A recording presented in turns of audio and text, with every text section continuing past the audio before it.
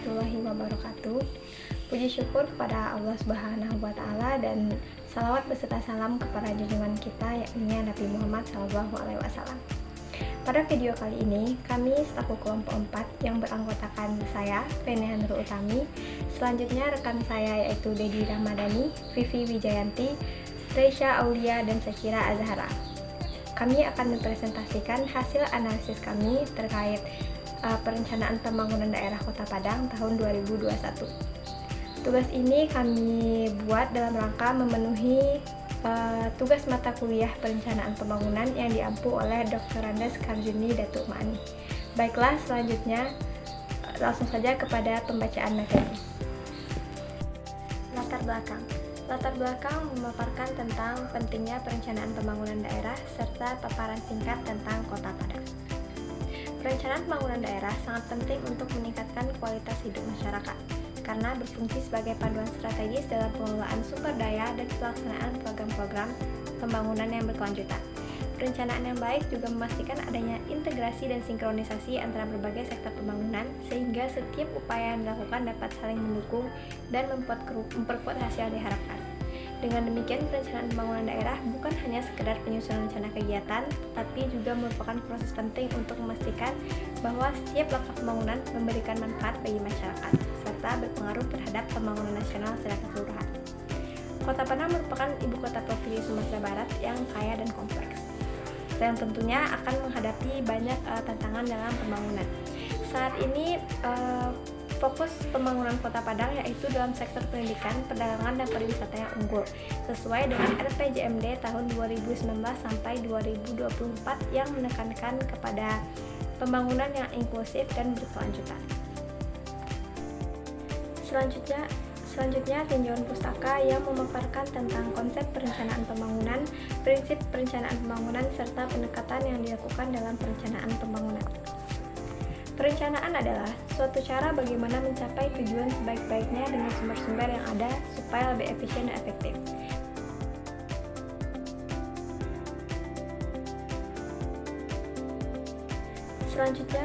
Selanjutnya tinjauan pustaka yang memaparkan tentang konsep perencanaan pembangunan, prinsip perencanaan pembangunan, serta pendekatan yang dilakukan dalam perencanaan pembangunan.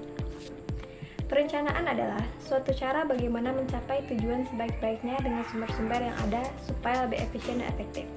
Sistem Perencanaan Pembangunan Nasional menurut UU Nomor 25 Tahun 2004 tentang Sistem Perencanaan Pembangunan Nasional adalah satu kesatuan tata cara perencanaan pembangunan untuk menghasilkan rencana-rencana pembangunan dalam jangka panjang, jangka menengah, dan tahunan yang dilaksanakan oleh unsur penyelenggara negara dan masyarakat di tingkat pusat maupun daerah.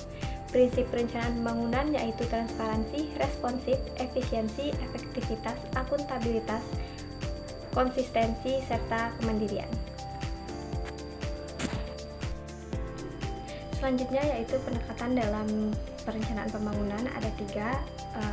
Yang pertama partisipatif, yang kedua top and down dan bottom up, yang ketiga yaitu analisis SWOT. Pendekatan partisipatif yaitu pendekatan dalam perencanaan pembangunan yang melibatkan masyarakat mulai dari perencanaannya hingga evaluasi nantinya.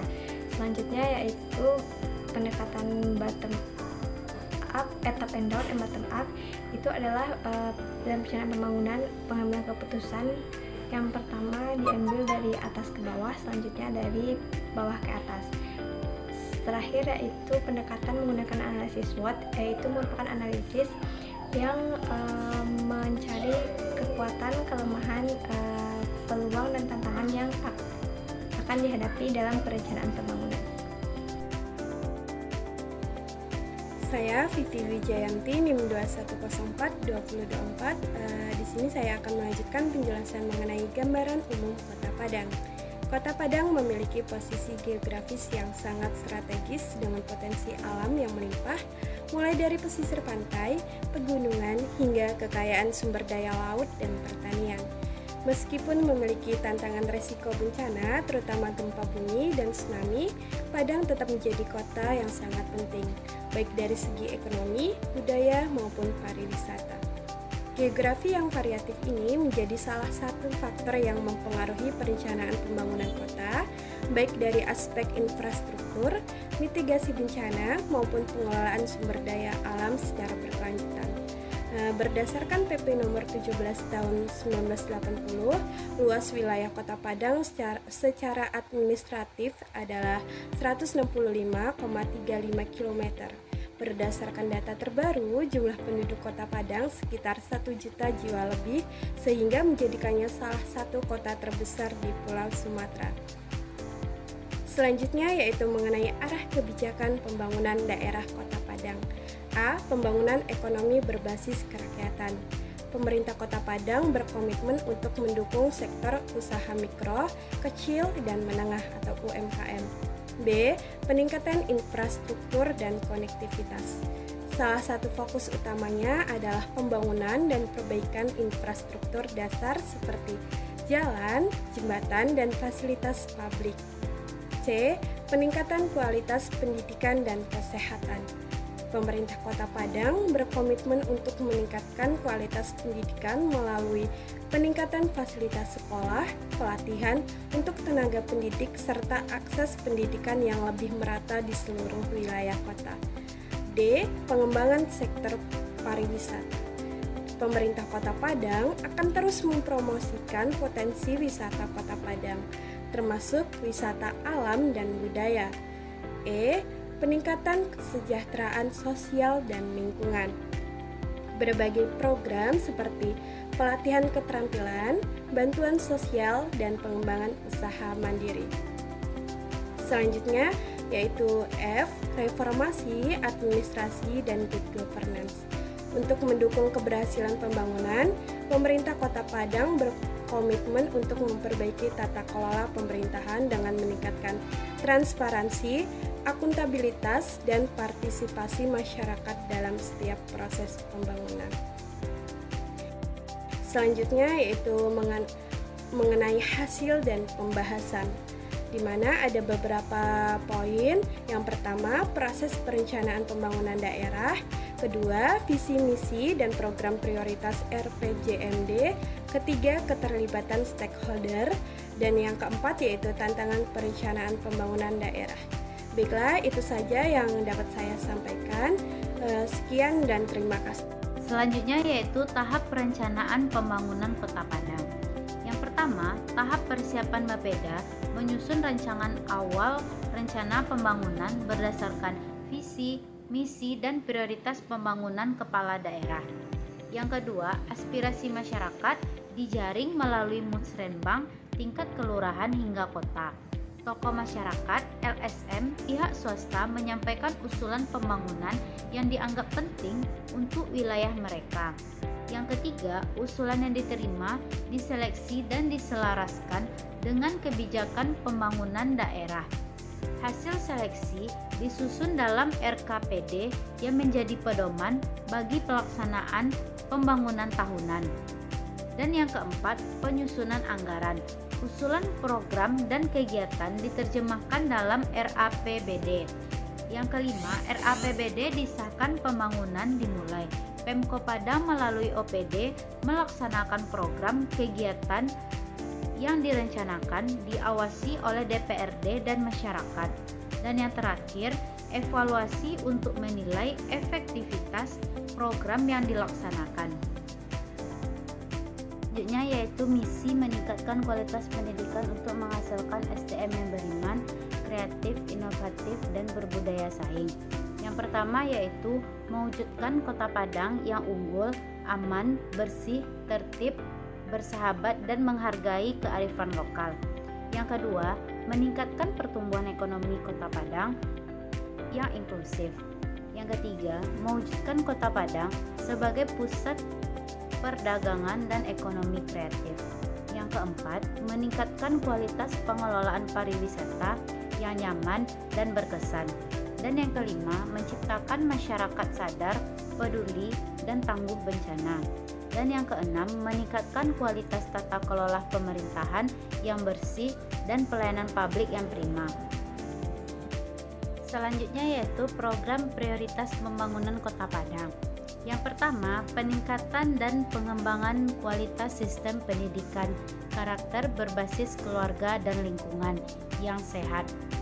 Yang kedua, peningkatan dan penataan infrastruktur dan sarana prasarana perkotaan dan transportasi kota berbasis ramah lingkungan. Yang ketiga, peningkatan penataan ruang dan pembangunan kawasan permukiman yang ramah lingkungan. Yang keempat, pembangunan ekonomi inklusif berbasis ekonomi kerakyatan dan pengembangan ekonomi kreatif. Yang kelima, peningkatan sarana prasarana perdagangan dan penguatan kemitraan dalam perdagangan. Yang keenam, pengembangan industri pariwisata berbasis potensi sumber daya dan kemitraan.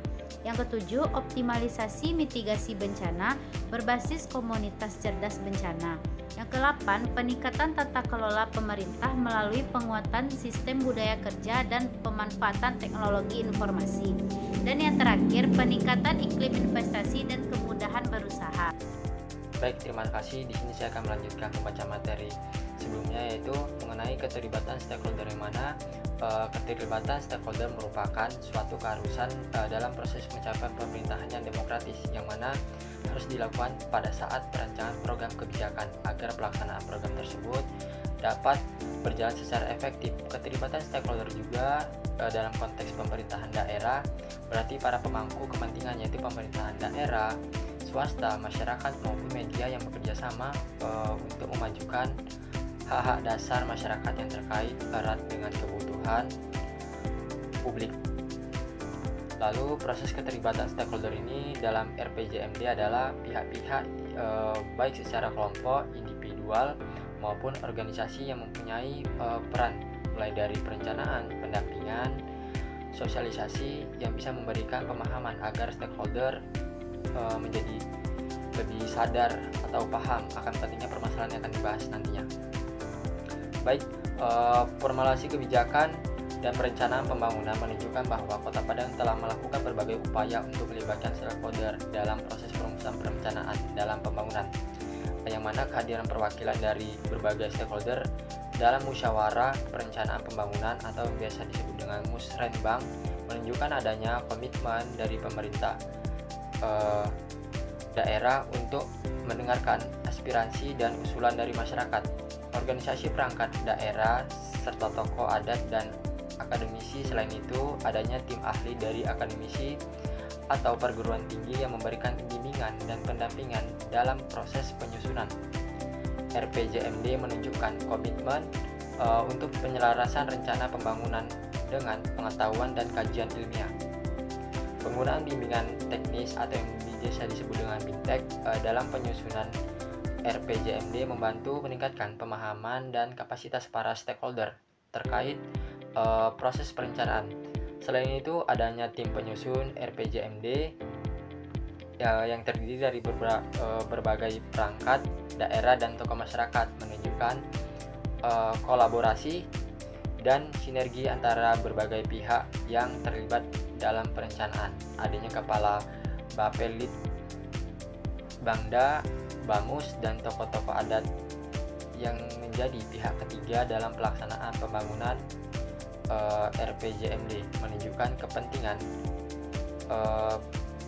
peran dan pengaruh dari aktor-aktor tersebut dalam proses perencanaan dan pelaksanaan pembangunan di daerah.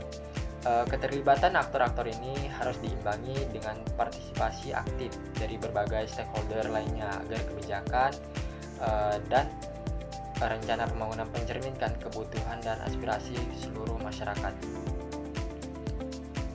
Baik, berikutnya itu ada tahapan keterlibatan stakeholder, yang mana yang pertama itu ada mengenai tahapan persiapan keterlibatan stakeholder. Pada tahap ini dapat berupa identifikasi masalah, memberikan masukan awal, atau mendeskripsikan prioritas. Berikutnya itu ada tahap RMJMD, yang mana stakeholder dapat terlibat dalam menentukan visi, tujuan, dan program-program yang akan dijalankan dalam RPJMD ini. Berikutnya itu ada tahap perencanaan, yang mana stakeholder dapat terlibat dalam menyusun rencana lebih rinci berdasarkan RPJMD, memberikan masukan lebih lanjut, mempengaruhi prioritas, dan berpartisipasi dalam perancangan program yang akan dijalankan. Yang terakhir itu ada tahap implementasi dan pemantauan. Keterlibatan mencakup memberi pemasukan, berpartisipasi dalam pertemuan dan konsultasi hingga menjadi mitra aktif dalam pelaksanaan proyek.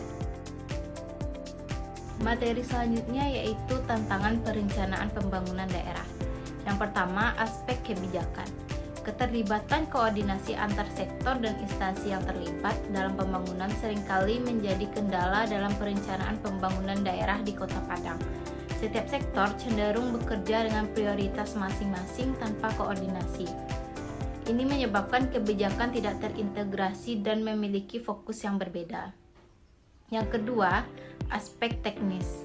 Mencakup keterbatasan data yang akurat dan kurangnya teknologi pendukung untuk mengelola data tersebut.